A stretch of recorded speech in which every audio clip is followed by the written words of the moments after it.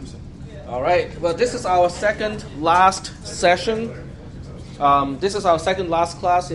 So next Tuesday is our last lecture meeting, and then on next Thursday, like 1 week from about now, will be our final exam, 2 hours. Okay. So if you have any questions, you might want to bring it either next Tuesday or see me during the office hour. Yep. Do we know yet whether it's in the lab or here? Most likely it's going to be in the lab, but I still have not confirmed that yet. Okay. Yep. Because with this class, it is at the beginning of the final week, so the lab may still be kind of busy. But our class size has, shrunk to the point where we only take up one section and then a little bit of the next section. So I think we can still do it in the lab. Yep. I went online to look at the files from like the third and the previous class, and I wasn't sure if they were the right ones, like if they were actually the files from that day. Oh, like I have not. Well, if I name the folders correctly, it should be right. So I'm not sure. Well, I'll take a look later. Okay. So let's go ahead and get started with the practice final. This is our practice final, which means I'm only showing you the format of the and also the scope of the test, but the difficulty of these questions may not be the same as the difficulty questions in the actual final exam. Right? So don't take this as okay. We only expect questions of this kind of difficulty level. It's just demonstrating what kind of questions will be there. Yep. And there will be 5, just like here. Sorry? There will be 5. There'll be 5, around 5, I would say. Okay. Maybe 6, depending on, how difficult they are. Okay. Do you guys have any questions? No? Any questions, that I can answer? No? Okay. So let's go ahead and get started.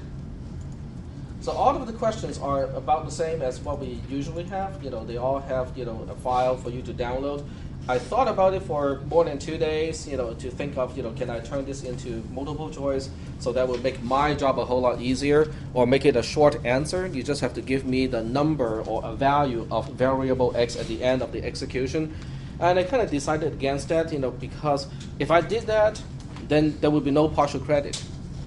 So if you don't get the answer right, then it's wrong, and then there will be no points. Okay. So that's why I still kind of, I still want to do it this way, the same way as, the previous 2 exams, except this final exam takes up 40% of your final grade. So it is significant. Okay. Even if someone has a perfect score up to this point with all the homework assignments, and the 2 exams, that's only 60%, which is a C. Okay, and 60% is a C. So the final exam, plays an important role in terms of changing your grade. It gives your grade one final push to to much. It can potentially jump 2 grades because it's 40%. Yep. Do you know, weighted, how much the pre and post conditions would be worth? It'll be about 1/5 of the questions. So of the final exam, about 8 points will be allocated to pre and post conditions. There'll be only one question, about pre and post conditions. And all the questions are weighted equally, or? I'm thinking that way. I'm thinking all the questions will be weighted equally. Yep. Okay, so here's the first question. The first question looks like this. Let's take a look at the source code first. And it's a little bit longer than our usual programs, but it's not really that bad. This one is something that we should know how to do already. We have a swap subroutine. The swap subroutine takes on 2 parameters, x and y. And if you go through this code, from line 5 to line 7, it's just the normal, swap sequence. T gets x, x gets y, y gets t. That's how you swap, 2 items. And then we have a subroutine called pass. It is not recursive. It has a loop inside, and depending on the condition of this comparison, it might do the swap operation, or it might not do the swap operation. At the end of the loop, we add 1 to I. It goes back to the beginning, and we'll keep doing this until we run out, until I is no longer less than RA bar minus 1, and A is passed by reference. It is an array of integers. Let's go ahead and save it first. I'll save it in today's folder, so in case you want to look at the solution, it is in today's folder.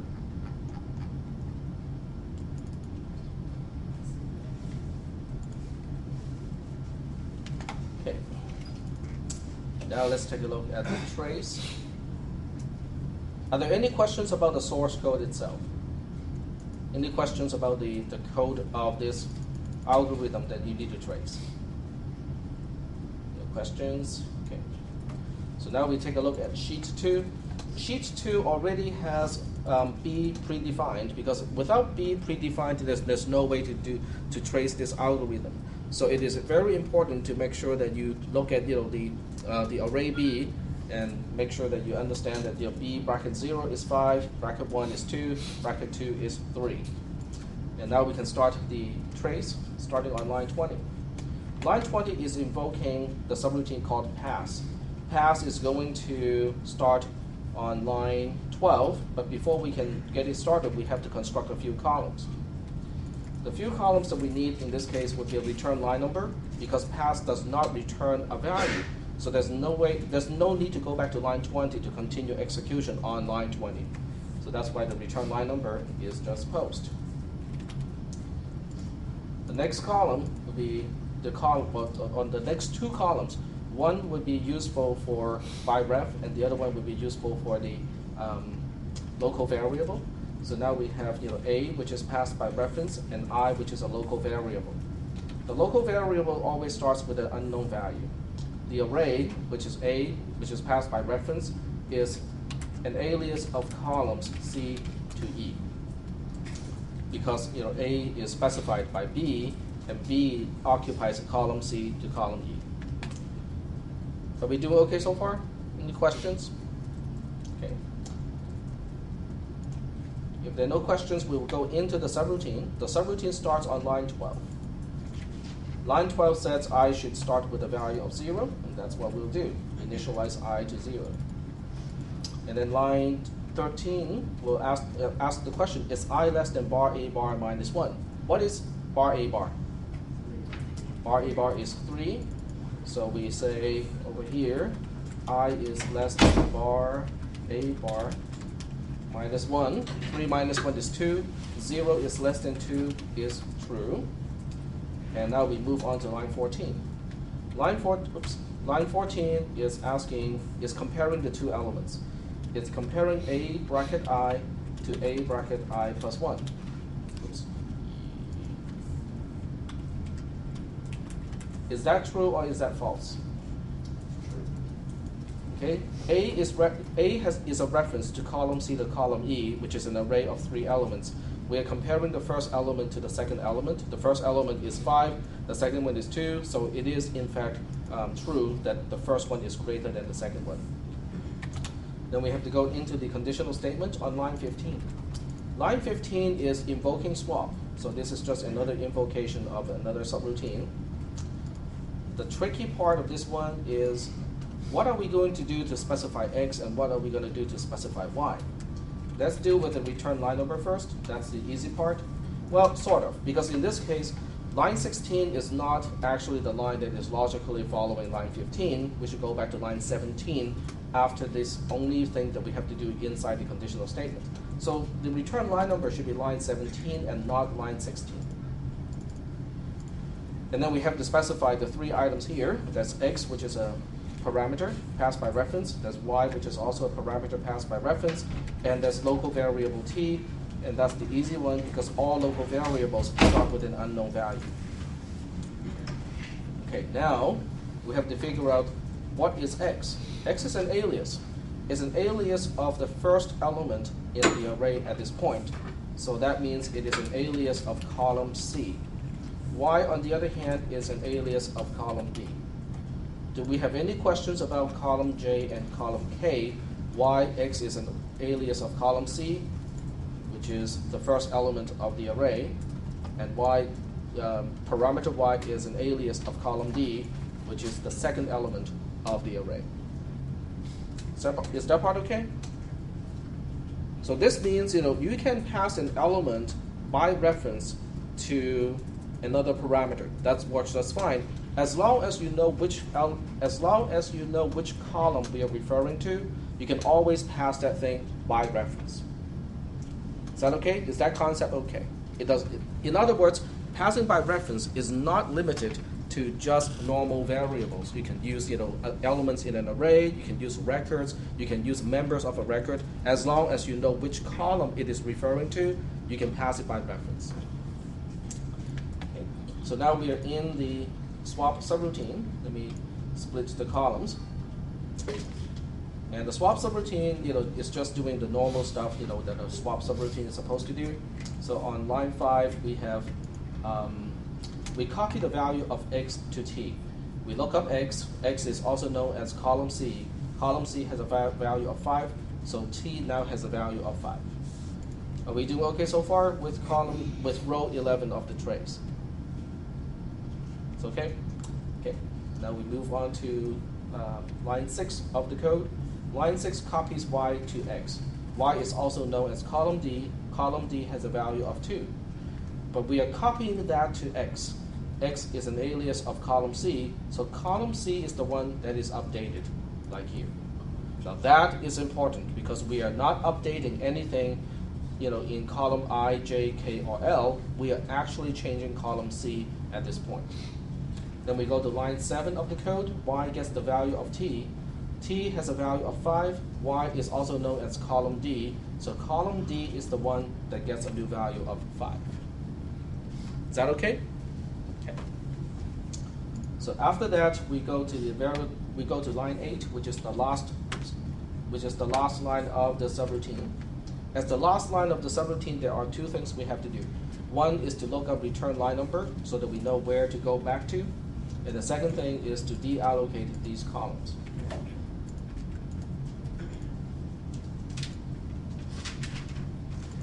There we go. And now we continue execution on line 17. Line 17 doesn't really do a whole lot either. All it does is to increment I. So I goes from 0 to 1. Then we go back to the beginning of the loop, which is on line 13. Line 13 is asking the same question as before. It is asking whether I is less than bar A bar minus 1. The answer is still true because I has a value of 1 at this point. Bar A bar is the same as bar B bar, which is 3. 3 minus 1 is 2. 1 is less than 2 is true. So that means we have to go to line 14. Line 14 is asking, is A bracket I, which is now 1, greater than A bracket I plus 1, which is now 2? So the question is this element greater than this element here? Well, it doesn't look that way here, but when you look at the updated values, it is true because column D now has a value of 5, and 5 is greater than 3. So that means that condition is true again. We have to go to line 15 one more time. When we go to line 15 this time, you can copy and paste for the most part what we had before. But you have to change certain things because X is no longer a reference to column C. It is now a reference to column D because we are talking about A bracket 1 here. And Y is a reference to column E because it's A bracket 2. And now you have to go through the same motion as before. We go to line 5. Line 5 is going to copy the value of X, which is the value of column D, to T. Column D has a value of 5. We copy that to T. And then on line 6, we have to copy the value of Y to X. Y is also known as column E. Column E has a value of 3. So we copy that value to column D because X is an alias of column D. So column D now gets a value of 3. Then we go to line 7. Line 7 is going to copy the value of T to Y. T has a value of 5. Y is also known as column E, and column E is the one that is now updated to a value of 5. And then we are all done. Go to line 8. Line 8 once again has to look up the return line number. It reminds us to go back to line 17, and then we can deallocate the columns again. Do we have any questions at this point? The second iteration works pretty much just like the first iteration, except the value of I is 1 instead of 0. And also you have to look up the column D to make sure that you remember that column D is already updated before the second iteration started. So that's the only part that is a little bit tricky about this, this particular pseudocode. Now we continue execution on line 17. Line 17 is going to add 1 to I. I is actually column H if you scroll up a little bit. So now we increment it from 1 to 2. Then we go back to the beginning of the loop, which is on line 13. Line 13 is going to ask the question, which is I less than bar A bar, and the bar A bar minus 1? The answer is false, because they are both 2. 2 is less than 2 is false. And we are pretty much done at this point. You still have to kind of finish up everything. Go to line 19. Line 19 doesn't really have anything to do except to clean up the columns and also to go back to whatever line we are supposed to go back to, which is post. So I'll do this in a different order just because it's easier this way.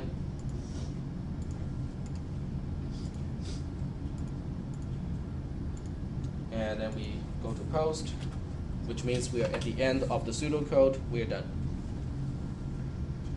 Are there any questions about this pseudocode or how it is traced? So I would say the only part that is a little bit tricky is how we used an element of an array and passed that by reference to another subroutine. That's the only part that is a little bit tricky. It may be a new combination of things that we have talked about, but it doesn't really change the original concept of passing by reference or indexing. Any questions about this? Nope. Yep, go ahead. So it only goes one way, right? You can only pass the element of the array by reference to a variable in the subroutine. It can't be So a parameter, yes. Yeah, but it can't be like that the thing in the subroutine is an element in an array. That is correct. Yeah, you can, if you want to pass an array by reference. I mean, you can do that, but that's not the same thing as what you said. You cannot pass a single thing as to become an element of an array inside the subroutine. That is correct. Any other questions? And of course, we are talking about pseudocode in this way. When you program in Perl, it's a different thing. Yep. Any other questions about this pseudocode or its trace? No questions? We're ready to move on. Now remember, next Tuesday is the last class meeting. So if you have any questions about the material that we have talked about so far, or the sample test, next Tuesday would be a good day to ask those questions. Okay, so this is the second one. Let's go ahead. I get a question. On Moodle, for the practice exam, in order to access it, it only gives us one attempt. It does? Yeah. Okay, I'll change that.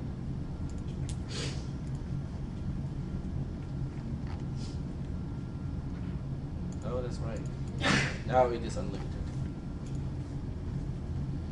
I just have to make sure I don't accidentally do that to the final exam.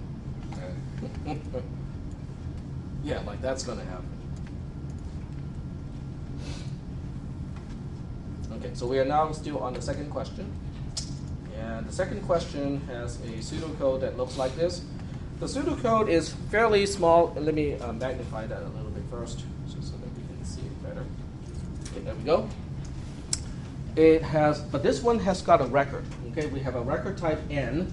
It has got a variable. It has got a member called v, which is an integer. It has got a member called n, which is also an integer. And then we have a subroutine called loc.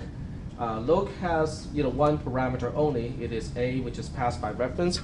And I forgot one thing. I forgot to specify what I is. So if I don't specify what I is actually a global variable, which in this case is okay. There's nothing wrong with I being a global variable, but I still don't like using global variables. So I will fix it here so that it becomes a local variable first. And all it takes is just to say local I is an integer. You can also see that now when we specify a parameter, we don't just say that a is by ref. We say that a is passed by reference, but it is a reference to an array of n. Yep. So local variables can never exist outside of a subroutine, correct? That is correct. well, at least in the context of this class, they can never exist out of a subroutine. But that is true as well in C and C++ programming. Local variables are local to, at least a subroutine. Okay, so we'll just take a quick look at this program. Line 1 to line 4, they're basically just a definition of a record type. Nothing really too mysterious. Subroutine look has one parameter, which is A. It is passed by reference. It is an array of n, or record type n. We have a local variable I. I's role is fairly simple here. It is just really used as an index. As long as I is greater than or equal to 0 and I is less than bar a bar, which means I is a valid index into the array, we want to first print the v member of a bracket I, and then we want to use the dot n, or the n member, to put it back into I. So this time we are not incrementing I by saying I equals I plus 1. We are using one member of the record in order to update I. So there is a potential that we can get into an infinite loop if we're not careful, if the array is not set up correctly. All right, so the next thing we want to do is to take a look at the trays. Many of these columns are set up already, because unless they're set up, there's no way you can actually trace this program. So what we'll do in this case is we'll open up a new window. And this new window is only here to look at array B. So I can make this really tiny. Like that. And stash it. But we'll stash it here first. Okay, this is array B. And can people in the back see what is array B, what is inside it? Okay. So this is array B. It takes up column C to column H. It has 3 elements. It has element 0, element 1, and element 2. Each element takes up 2 columns because there are 2 members each in each element. There's member V and there's member N for the first element. The same thing for the second element and also the third element. The values for those members are all listed here. They're all initialized. So now the question is, what is the subroutine going to do in this case? We start execution on line 14. And as far as this window is concerned, we can just string everything, because I'm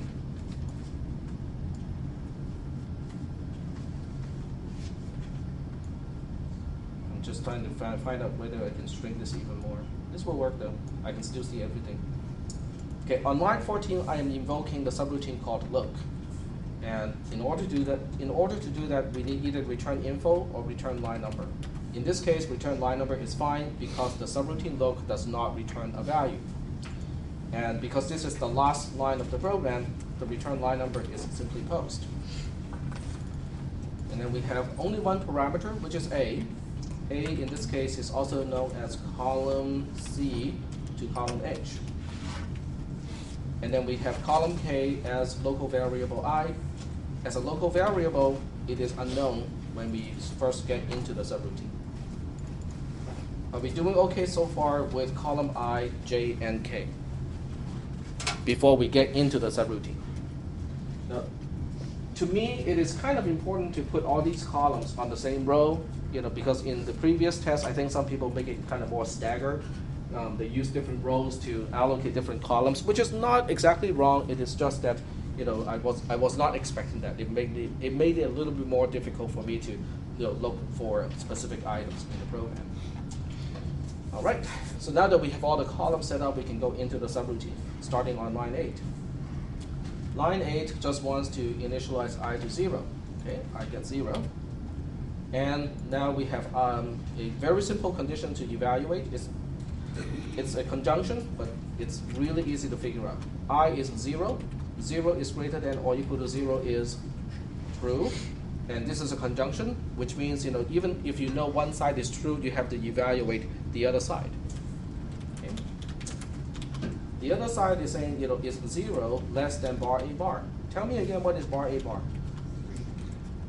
Bar a bar is 3. Well, how come it is not 6? Because it is a reference to 6 columns. Because there's 3 elements with 2.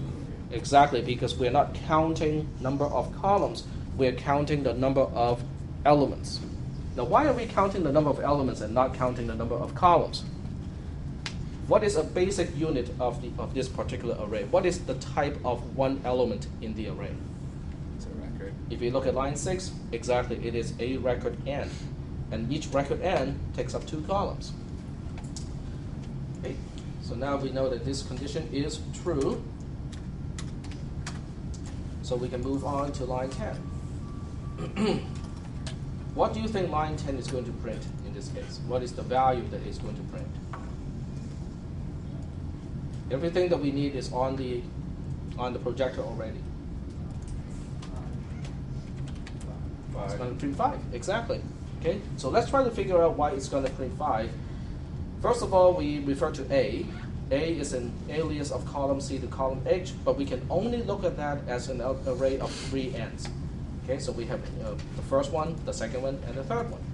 I has a value of 0 at this point, so we're only looking at the first element of the array. So we're looking at column C and column D. Of those 2 columns, we only want to access member V, and member V has a value of 5, and that's why we are printing a value of 5. Let's go to line 11. Line 11 wants to update I using the value of the member n of A bracket I. How should I update I in this case? 2. Becomes 2, very good. Then we are at the end of the loop. We go back to the beginning, go back to line 9. Is 2 greater than or equal to 0? And is 2 less than 3? Okay. So there is true and true, which is true. Now we move on to line 10 again. What are we printing this time? I has a value of 2. -1. We're printing -1, very good, because we are accessing element 2 of the array, and we are only accessing the member V, and that's why we are printing -1. We go to line 11. How am I going to update I this time? 1. Yep. It's a little bit hard to see because it's too small. Okay. It is 1, then we go back to line 9 again, and then we ask this question, is 1 less than, excuse me, is 1 greater than or equal to 0? Okay. And is 1 less than 3? Okay, they're both true, so the conjunction is true. And then we go to line 10 again. What are we printing this time? 0. We're printing 0. And on line 11, what are we updating I with? -1, very good. So now we go back to line 9. And the first thing we check is I is greater than or equal to 0. That is false already. We don't even bother to look at the second part because of short-circuited evaluation. Okay, so on the test, if the first part is false, we can do it. Right. Yeah, you should indicate that it is you're using short-circuited evaluation, and there's no need to look at the right-hand side of the conjunction. Okay. Yep. The second part was false, you say that and that is false? Or Well, the behavior of the program will only actually look at the left-hand side because conjunction is using short-circuit evaluation. The left side is right, but the right side is false. You have to say both. Yes. Okay. Yeah. If the left-hand side is true, then you have to evaluate the right-hand side. If the left-hand side is true, then you have to evaluate the right-hand side. But when you say whether it's true or not, you have to look at the entire thing in that case and say the entire thing is either true or false. Yeah. Since the condition is false, we get out of the loop. We get to the end of the subroutine on line 13. Line 13 has 2 things to do. One is to identify where we are supposed to go, and the second thing is to deallocate the columns. And we're done. So I don't think these questions are any more difficult than the questions in exam 2. But as I said, there's no guarantee about the difficulty level of the questions in the final test.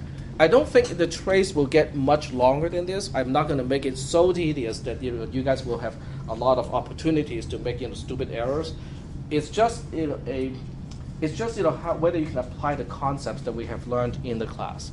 Okay, that's what I'm trying to test. Yep.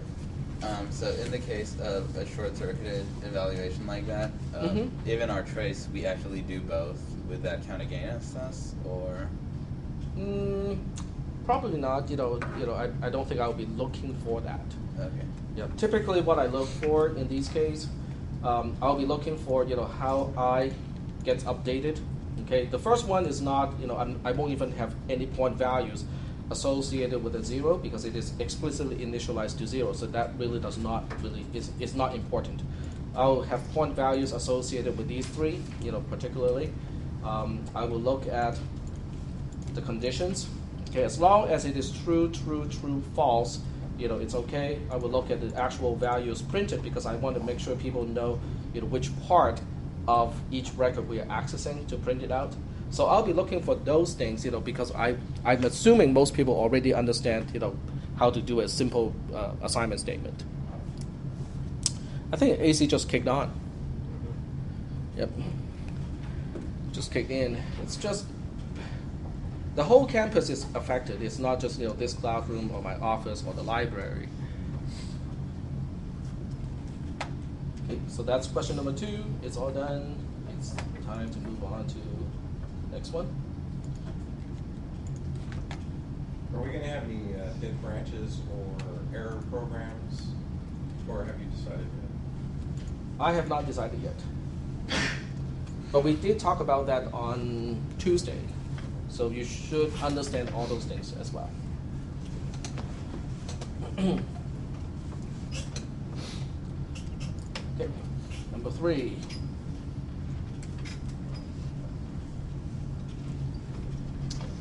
Okay, number 3 is also a trace. So there are basically all except one are traces. Only one question is a pre and post condition thing.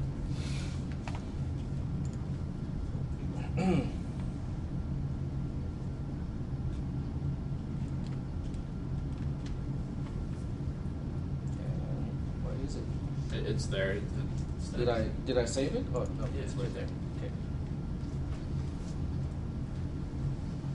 Okay. Okay, this one is recursive, and it returns a value. But this one is, you already know what it does. It's just division. Okay, it's division in a recursive way, and it does not use actual division. So it's basically just using subtraction and comparison to implement division. Okay. And we'll go take a look at the trace of this one. For this one, the trace, there's no setup, pre-setup here because there are no global variables that needs to be initialized to begin with. So in cases like this, you will have to write your own column headings, which is no different from the previous test.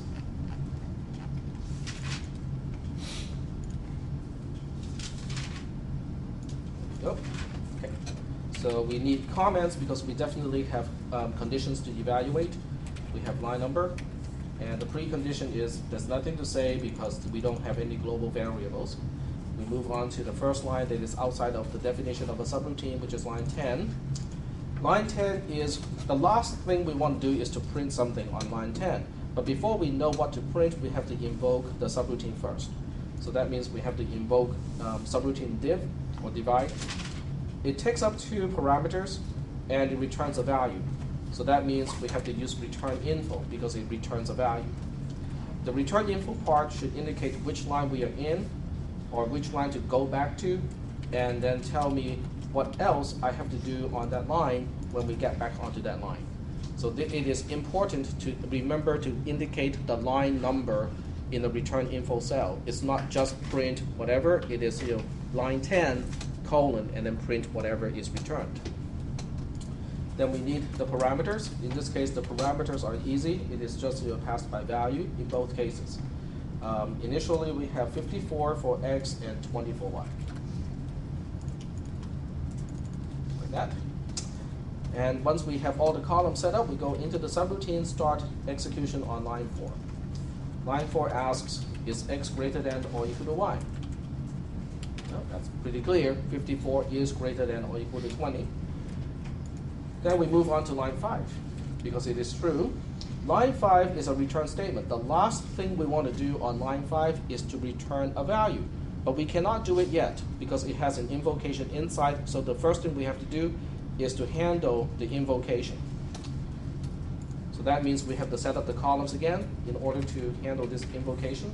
we have return info, we have x and y as well. Y is passed to y, so the 20 is just copied. X minus y is passed to x. 54 minus 20 is 34, so 34 is passed to x. Return info in this case is going to tell me that we have to get back to line 5. Okay, so we'll go ahead and start with that. We have to go back to line 5. When we get back to line 5, we have to, the last thing we want to do is to do a return, but remember, we still have an add one next to the invocation. So don't forget the stuff that is after the invocation, because that stuff still has to happen before we actually do the return operation. Are there any questions at this point about this trace?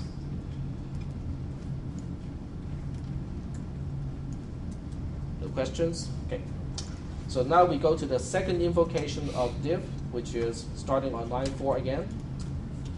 And x is greater than or equal to y is still true because 34 is greater than or equal to 20.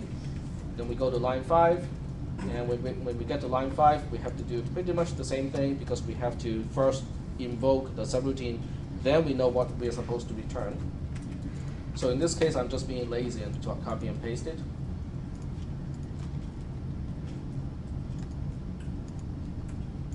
But I have to remember to change one thing because x is going to be changed. Y is passed to y, so y never changes, but x does. In this case, it's 34 minus 20, which will give me 14 for the third invocation of div. Then we go to line 4 again. X is greater than or equal to y is false. Very good. Then where do we go? We go to 7. Line 7 is return 0. It's a return statement. When you execute a return statement, you take whatever is in the return info cell, you copy and paste it, and then you change the question mark to the value that you're returning. It does not matter at all whether the return info cell is itself a return statement. All you're doing is to change the question mark. But don't do any simplifications at this point. Don't say that 0 plus 1 is 1, because it is not the right time to do that evaluation. After line 7, we go to line 9. And line 9 is the end of this subroutine. We have to remind ourselves where to go back to. Where am I going back to? 5. We're going back to line 5, and then we have to deallocate the columns that we allocated earlier. Like that. No, you put them on the wrong. It's supposed to be on 9. Oh, that's right. Thank you. So now we are continuing execution on line 5. But line 5 doesn't look like this line 5 anymore. Line 5 is now looking like this because we have just resolved the invocation to a value of 0. So this is the time to say that 0 plus 1 is 1. Okay? And then you execute this statement. You're executing a return statement on line 5. When you execute a return statement, in this case return 1, what are we actually doing? We copy and paste this, change the question mark to a 1, but we don't say that 1 plus 1 is 2 at this point. Okay. Now I know this stuff looks kind of silly. Why don't we just say that 1 plus 1 is 2 and simplify the whole thing here? The answer is we are not executing this statement yet. Okay, so our only job is to resolve what the question mark is, but we are not going to touch it until later on. Okay. Because I know that it seems like I'm being very nitpicky here. Why are we not simplifying this? Or sometimes why are points taken when we do simplification at the wrong part? It's because this is not how the machine is going to execute the program. And in this class, we want to understand how a program is executed when it is run by the machine, and that's why I have to be as picky as the machine itself. After line 5. We get to the end of the entire subroutine on line 9. And once again, we can clean out or deallocate these columns. And for those of you who want to optimize everything, you can actually define your own function key or shortcut, keyboard shortcut. If you bring your own OpenOffice with you, you can have all those keyboard shortcuts with you. So this kind of stuff will take very little time. I can show you guys how to make your own keyboard shortcuts. Then we get back to line 5. Now when we get back to line 5 looks like this. So this time we can now say that, return 1 plus 1 is to return 2. But when you return to, all you're doing is to change the return info cell, which is here, copy and paste it, change the question mark to 2 in this case. So this would be the wrong place to put 1 plus 1. You don't want to put 1 plus 1 here, because by the time you replace the question mark, it has to be a single value. Because at that point, it is fully resolved. Oh, did I put it in the wrong place? What did I do? You haven't put it in yet. Oh. I put it in somewhere. I just have not entered. I did not press the enter key. And now we are all done with line 5. After line 5, we go to line 9 again. So let me show you guys how to do the keyboard shortcut thing. You can go to Tools, go to Customize. When you go to Customize, switch to the Keyboard tab. When you go to the Keyboard tab, you can locate the command that you want to create a shortcut for. So in this case, I think it's under Format. And under Format, we want to use strikeout or font strikeout.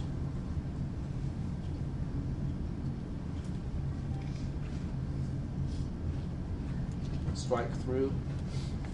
It doesn't give you an option of which strike through we want to use. So that's the best we can do, is just to do this. Okay. So now you can go ahead and create a shortcut for that. So go find something that is not currently used. You can reuse something if you want to. It's just that if you reuse something, Control S in this case for strike through. And let's see, we can modify this. So now I have just created a shortcut. Control S means strike through in Format. Well, we'll test and see whether it works or not. So copy, paste, and then Control S, strike through. So it comes in pretty handy. I know it doesn't really sound like a lot, but when you have, when you add up all this little bit of time, that you are saving, each time you use a keyboard shortcut, it can add up, to a significant amount at the end of everything. So now we get back to line 10, okay, because the return info cell is telling me to go back to line 10, and it's also telling me that I know which value I'm supposed to print, which is 2. So now you say that we are printing a value of 2. Line 10 is done. We move on to post, and we are all done. So this program doesn't do anything. It's just doing a division, and it's returning the quotient of the division. Yep. Why was 1 put there on the question mark? I mean, a 0 before? Is it You mean this row? yeah. It's because we are executing this statement. Now, when you execute that statement, it is return 1, right? Yeah. What happens when you execute return 1? You pick up the return info cell, and then you change the question mark to the value that you're returning. Okay, so that's why it can cause confusion. But all you have to do is to remember that when you execute this statement, you just take whatever is in the return info cell and change the question mark to whatever it is returning, even if the return info cell is a return statement itself. It does not matter. All you care is where the question mark is and what you're replacing that with. Okay. So that's question number 3. Save. And moving on to question number 4. Question number 4 is our pre and post condition thing. And it's not straightforward, kind of straightforward. This one is going backwards, just like with the first exam. We have 4 lines, line 23, 24, 25, and 26. It's a conditional statement that does not have an else branch. Given that post 26 is x is greater than y, deduce what is pre 23. Okay, I want to find out what is the condition that has to be true when we get back to line 23. Use a word processing program to edit your answer and submit a file as your answer. So even this one, you need a file to turn it in. In this case, you can use Microsoft Word if you want to. There's no need to use an open office type of program. So let's go ahead and give this one a try. The reason why I want you to turn in a file instead of using the built-in editor is the built-in editor has certain things, if you use spaces, it doesn't really line up everything. When you save the file, it doesn't look like what it used to be. So that's why I don't want to use the built-in editor. And some of you, I observed that some of you use Chrome too. Instead of using Firefox, you use Chrome. And Chrome, the built-in HTML editor does not apply to Chrome. So when you use Chrome, you can only edit plain text file. Now when you use plain text file, the less than symbol is the beginning of a tag in HTML. So your whole document will get all whacked up, and it's just not going to work. And that's why I also want to use the file upload interface. So this way you can use whatever editor you feel comfortable with. Notepad is fine. Just use a plain text file and upload it. That's fine with me. But this way we take the whole equation of the HTML editor out of the entire exam, and we don't have to worry about that part. So in this case, I'll just use a plain text editor. There's no need to make it fancy. So we'll just make it as simple as possible. Now in this case, because it's only a practice test, I did not indicate how the points are allocated, but I would definitely show the steps. Okay, how did you know that the precondition is this, and how are you going to verify that that in fact is the correct answer? Okay, so I did not spell it out here, but it is always a good idea to show all your steps. Okay. So I'm just going to copy this. Post 26 is x is greater than y, which is a fairly simple condition. Okay, now where do we go? Now this is a conditional statement, which means there are two ways to go back. Okay, even though only one is here or visible, there are actually two ways to go back. One way to go back is to go back to line 25. In other words, if you say that post 26 is x is greater than y, then you can say that post 25 is the same thing. Does that follow? Okay. Now, if post 25 is x is greater than y, can we reverse it back to pre-25? Without using the actual derivation thing, can we find out what is pre-25? Well, first of all, is it reversible? Is this operation reversible? So if after the operation, after I subtract 2 from y, and x is still greater than y, what do I know before the subtraction? That x is greater than y plus. Exactly. Okay? Exactly. So that's good. And that means post 24 is pre-25 because those two lines are right next to each other. And that means post 24 is the same thing. X is greater than y plus 2.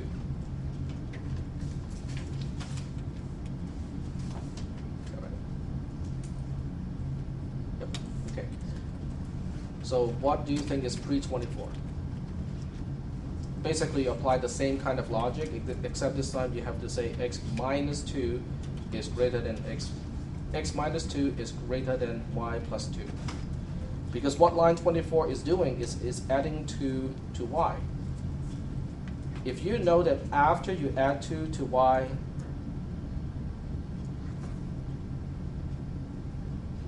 okay, this is saying that after you add 2 to y, oh, I think we got the operations reversed. Okay, let's go back to this one here. Okay, we know that after line 25, that x is greater than y, and line 25 is subtracting 2 from y. So what do we know before line 25? X is greater than X is greater y than y plus minus 2.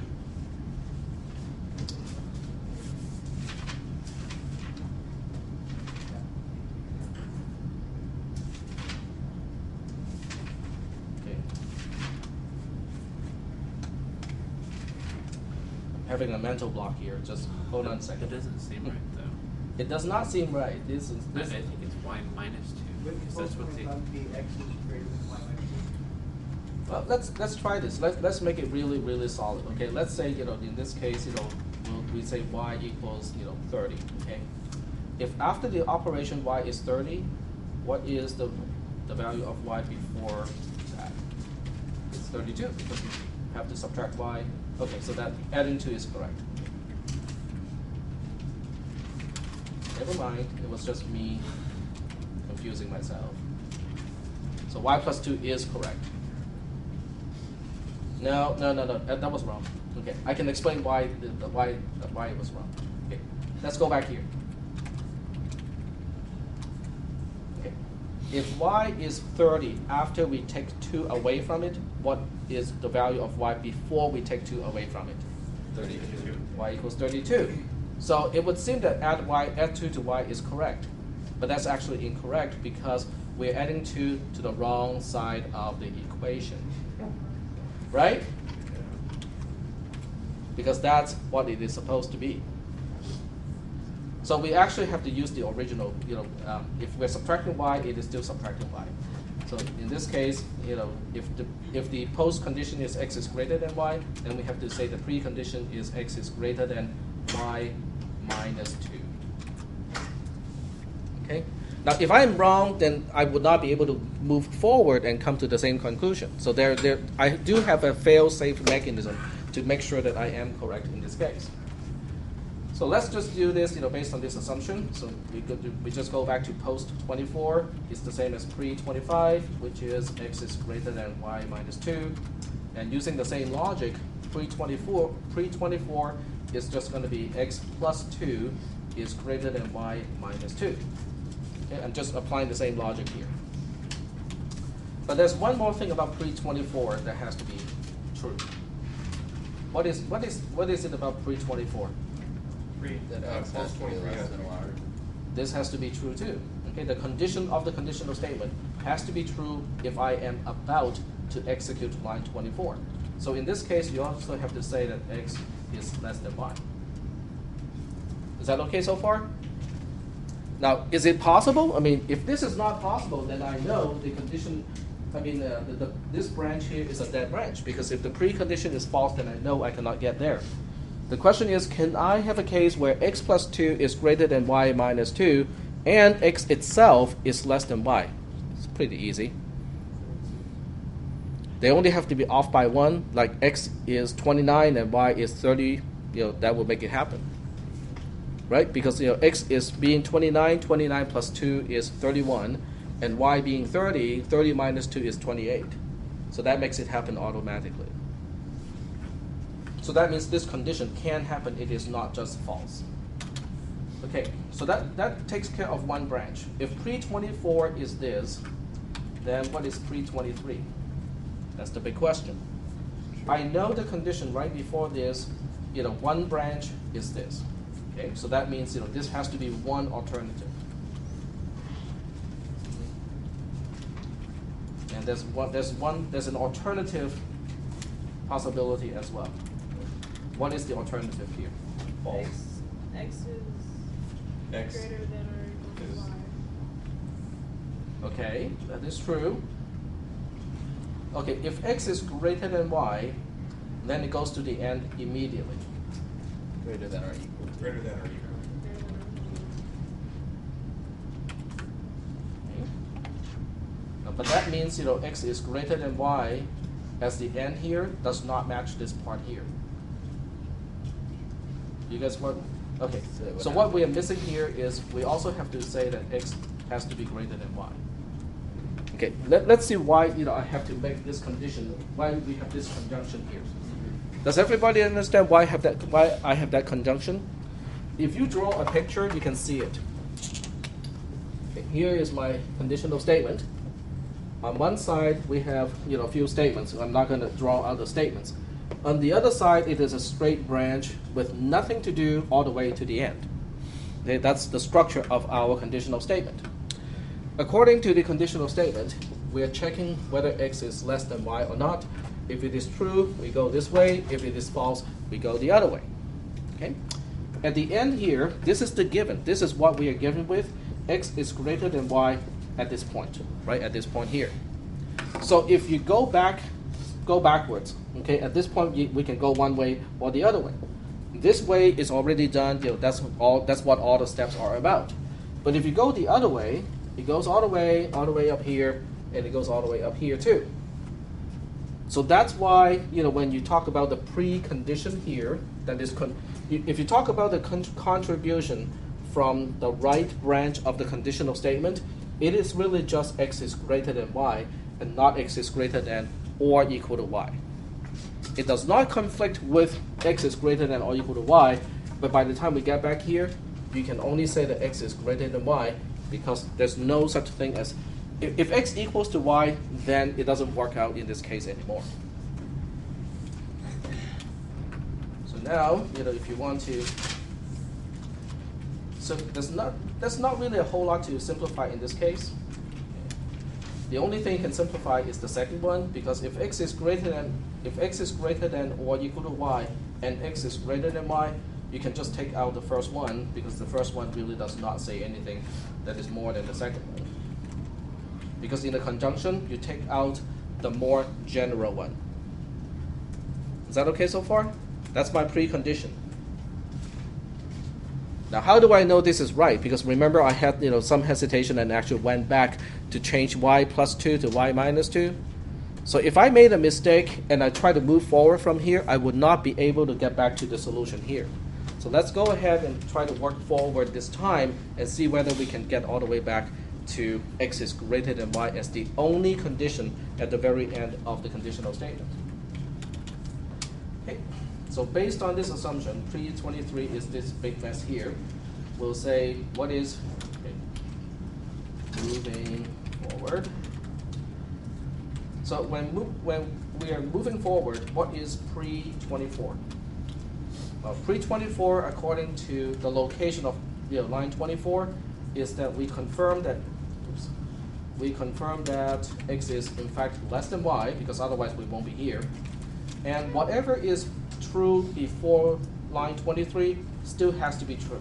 So in that case, we have to copy and paste this entire thing, even including the part that says x is greater than y.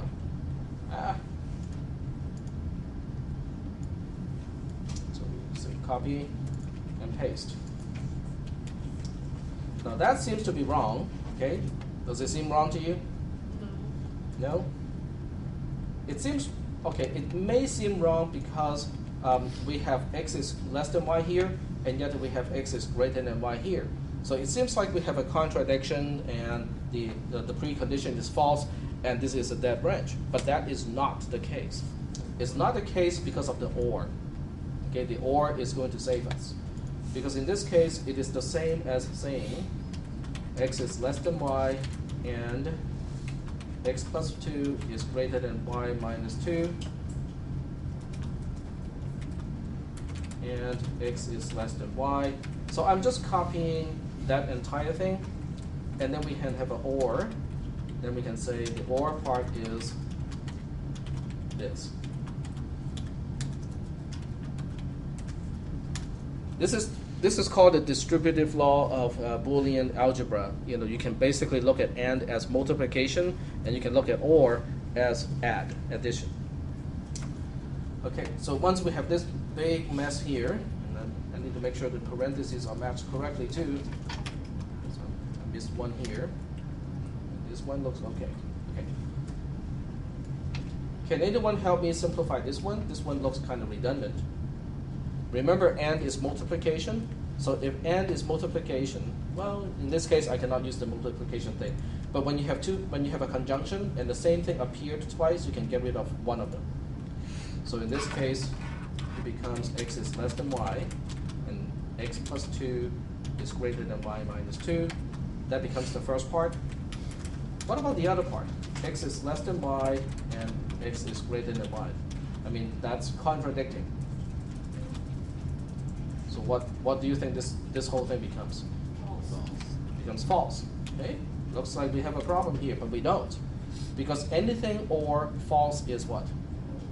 Is the original thing. Okay, x or false is x. Is that okay? Remember, or is kind of like addition, and false is kind of like 0 in addition. Anything plus 0 is the original thing. So the same thing applies here. Whatever or false is just the whatever left. That's the only part that is left behind. So that's why we only have this part left behind as our precondition of line 24. Okay. Now, there's no other way. Yeah, I cannot do any additional simplification here. Now, on top of this, what am I going to say on line 24? What is post line 24? If I know what is the precondition, what is the post condition? Well, it's just an assignment statement. It is reversible. So what we need to do is to identify what is the inverse function, and then we have to use the substitution rule. So we can say the right-hand side refers to the left-hand side, and then we say the inverse of f of x equals x plus 2 is f prime of x equals x minus 2. Use the substitution rule. So this becomes the result of a substitution rule application of the precondition of line 24. We replace x by x f prime applied to x, and the rest is just a whole bunch of copy and paste.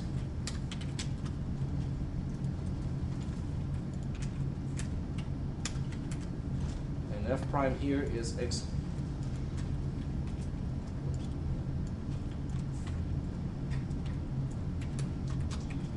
minus 2. And once we perform the substitution, we are just taking this expression and replace x by x minus 2, replace x by x minus 2. Oh, X minus 2 plus 2. yep, it cancels out. So we still have this part here, but this part here becomes just x is greater than y minus 2. Is that okay? All right. And now we are moving on to line 25. Pre-25 is post-24 because these two statements are consecutive. And as a result, we can now try to work on post-25. Now post-25 is really, you can apply the same rationale, so I can just copy and paste this part here. The right-hand side refers to the left-hand side, and then this time the inverse of the original function, which is g of y is y minus 2, is g prime of y is y plus 2. Use the substitution rule. So basically we're doing almost exactly the same thing, except this time we apply it to y.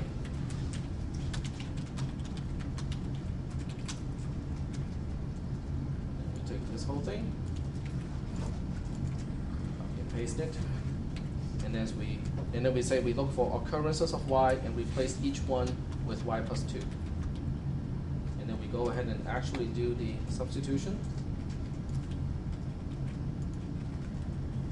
And after you do the substitution, this becomes y plus 2, this one becomes y plus 2, and then we can do some simplifications. X minus 2 is less than y plus 2, and x is greater than y. Are we doing okay so far?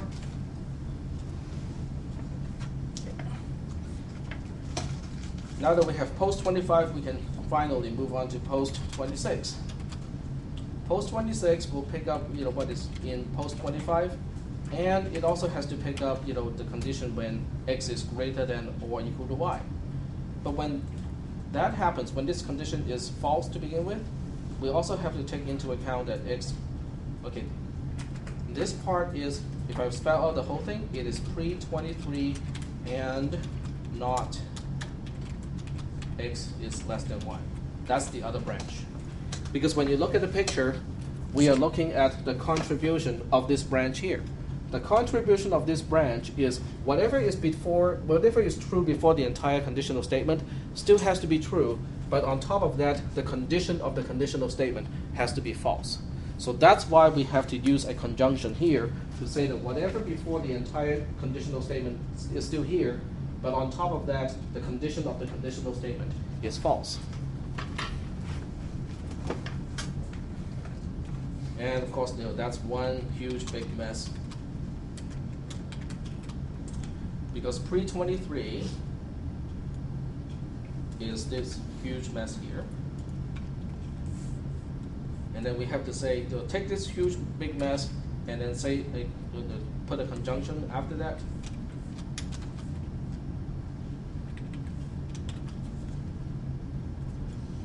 and you have to conjunction that with x is greater than or equal to y, because that's not x is less than y.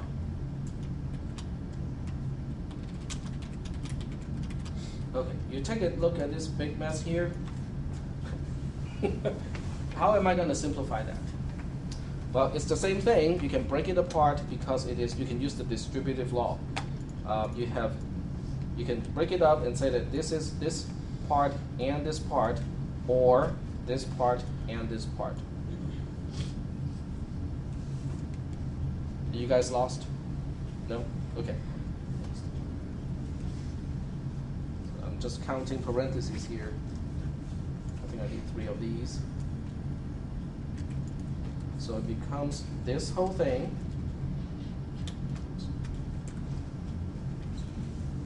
And x is greater than or equal to y. Close.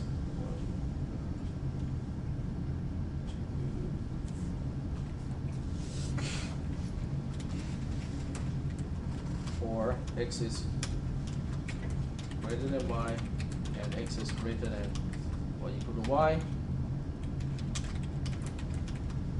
All right. Now, when you take a look at this big mess here, I know that it's really hard to look at this part here, but if you just focus on this, what does it become? X is less than y, and x is greater than or equal to y. What does that simplify to? False. It simplifies to false. Very good. Now, what is whatever and false? It has to be false. So that means the entire left-hand side of the disjunction becomes a simple false. What about the other side?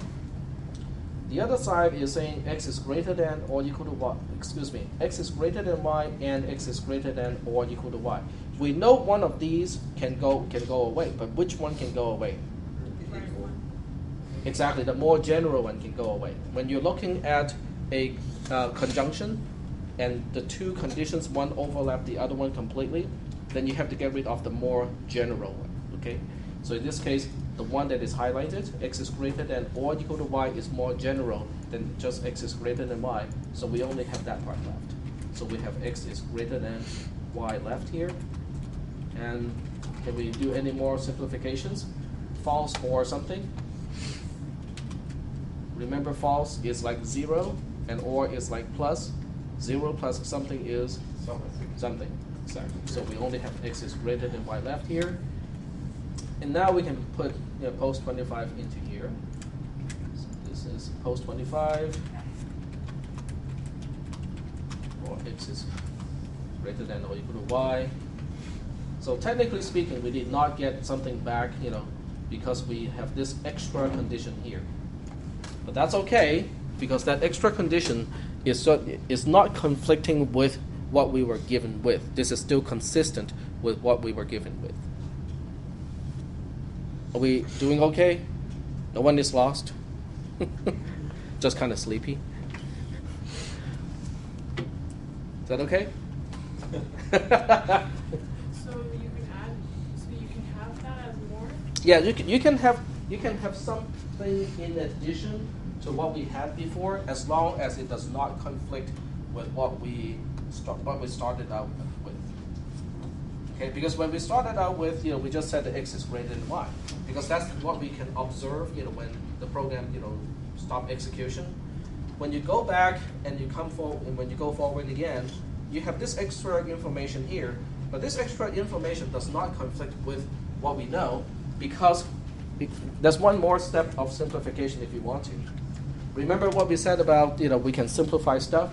When you have a disjunction, you have one case being more general and the other case being less general.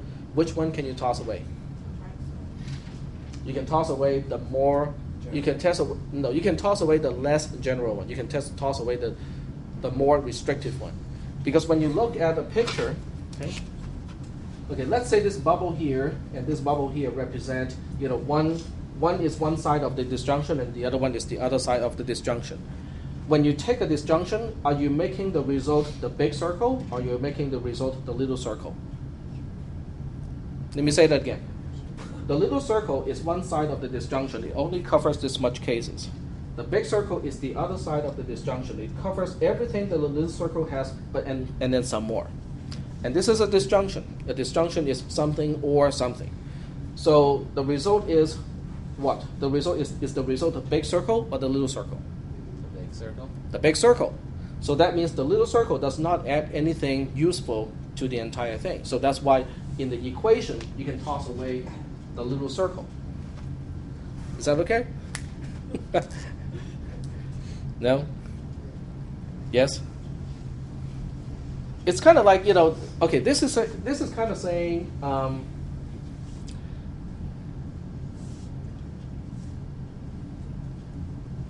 okay, this is kind of saying, you go to McDonald's and they have a rule to say, who can get this little, toy car thing when you order a kid's meal, okay?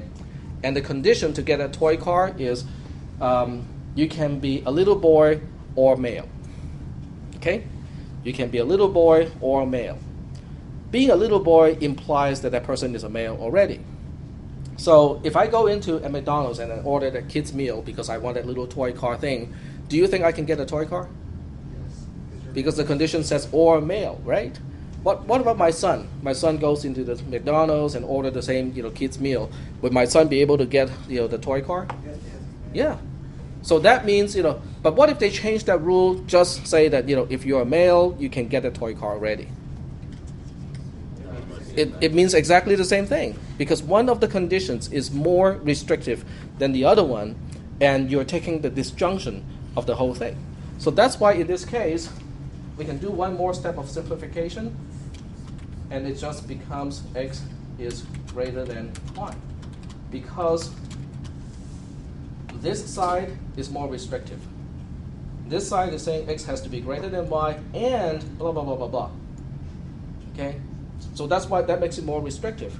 You have a more restrictive side, which is the left-hand side in this case. You have a more general case, which is the right-hand side. You can toss away the side that is more restrictive because we're dealing with a disjunction in this case.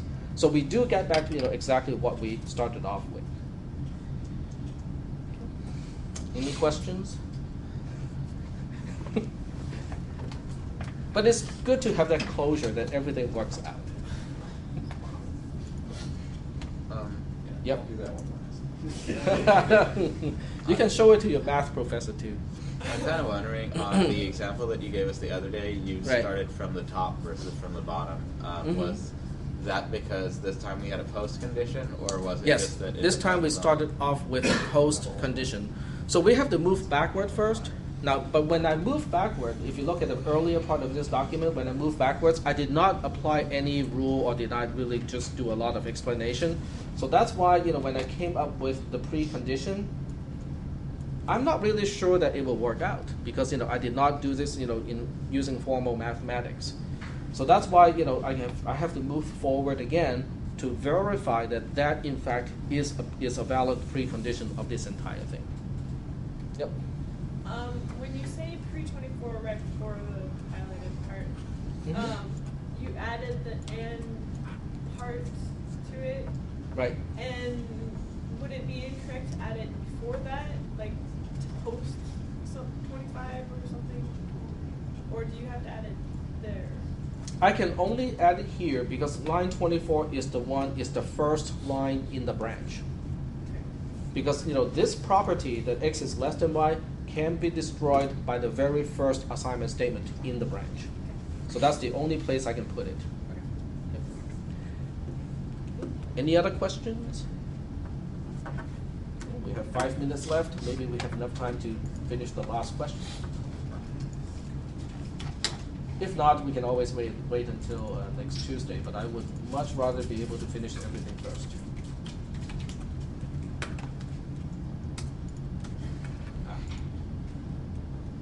Last question.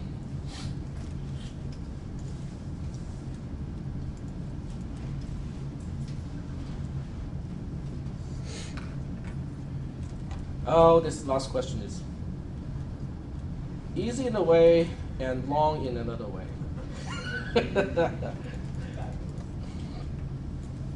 Okay, in terms of concept, it is easy. In terms of the trace, you have to invoke, add like 3 times. It's just a matter of, how do you structure this thing to make it work? That's the only question. I think we have enough time to finish it. if I just run maybe a minute or two after. Okay, let's go ahead and try to do it. Save.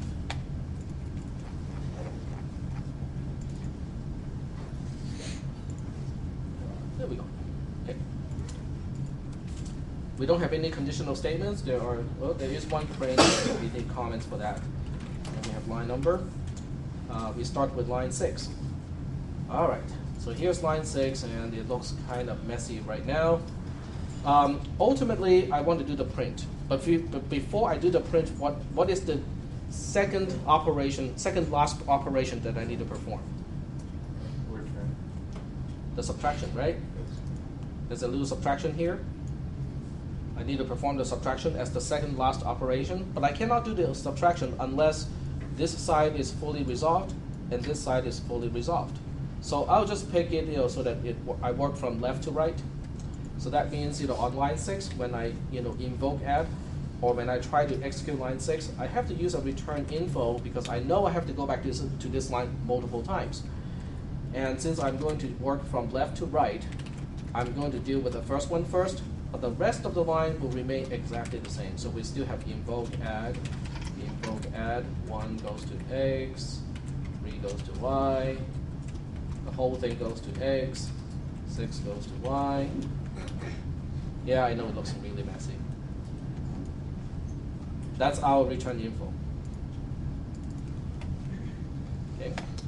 But on top of the return info, we also have to set up parameter x and parameter y. What is x? Which invocation am I dealing with? The one on the left. The one on the left. So 2 goes to x and 4 goes to y. The subroutine itself is trivial. Go to line 4. Line 4 is returning x plus y. X is 2, y is 4, it's returning 6. When you return 6, you copy and paste return info, change the question mark to 6, and you're done.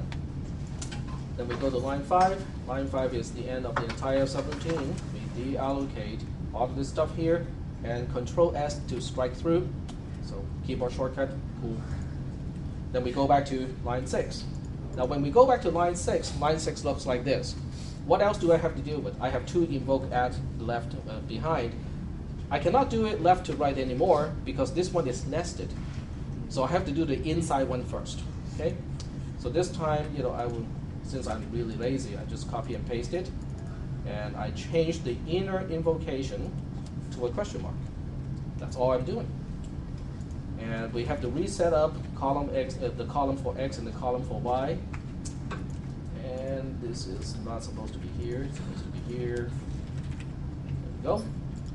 So in this case, 1 goes to x, 3 goes to y, and then we go to line 4 again. We're returning 4, so that means we have to copy and paste this, change the question mark to 4 this time. And we go to line 5, so I'll just copy and paste the entire line here. Okay, and return info tells me to go back to line 6. But line 6 now looks like this. I have one last invocation to deal with. So the way to do it is copy and paste, change the invocation to a single question mark, set up parameter x and y. I made the same mistake. I should have used insert shift cells down. Then do the same thing. But this time I don't want to strike through. Okay, so do you think as Control S will reverse these? It's a toggle? Yep. Okay, so this last time, 4 goes to x, 6 goes to y. I'm returning 10. So when I execute line 4, I just take this, replace the question mark with 10, and I'm done. Go to line 5, so we just copy and paste this whole thing. And this tells me to go back to line 6 again. Okay, so now we're back to line 6. But line 6 now looks like this. There are no invocations left. It is just 6 minus 10, which is -4. So we just go print -4 to the screen, and we're done. Yep, I did went over by exactly 1 minute. All right, so that's it. That's the practice exam. So please go over the practice exam. Make sure you understand everything that we talked about today, and then next Tuesday you have one last chance to ask questions in the class.